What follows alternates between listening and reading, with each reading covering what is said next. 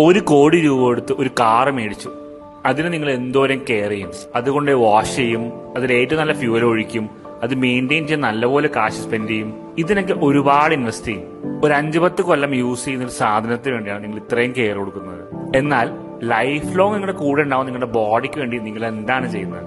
കുറെ വറുത്തതും പൊരിച്ചതും സ്വീറ്റ്സും അൺഹെൽത്തി ഫുഡ്സും, മേലനങ്ങാതെ ഫുൾ ടൈം കിടക്കലും, ആവശ്യത്തിനധികം സ്ട്രെസ്സും, ഇതൊക്കെയാണ് നിങ്ങൾ കൊടുക്കുന്നത്.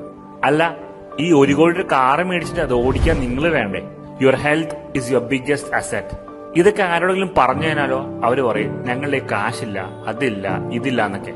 ഈ ഇല്ല എന്ന് പറഞ്ഞ അതേ സമയം തന്നെ എന്തെങ്കിലും ഉണ്ടാക്കിയെടുക്കാൻ ശ്രമിച്ചൂടെ? നിങ്ങളുടെ ലൈഫിന് അത് ഗുണമേ ചെയ്യുള്ളൂ. So whatever you do, ഇതൊക്കെ എൻജോയ് ചെയ്യാൻ ജീവനോടെ നിങ്ങളും കൂടെ ഉണ്ടാവണ്ടേ? അതുകൊണ്ട് take care of your health, maintain a good diet, workout ചെയ്യുക, സ്ട്രെസ് ഫ്രീ ലൈഫ് ആക്കി എടുക്കുക. ബിലീവ് മീ, ഈ എഫേർട്സ് ഒന്നും വേസ്റ്റ് ആയി പോകില്ല.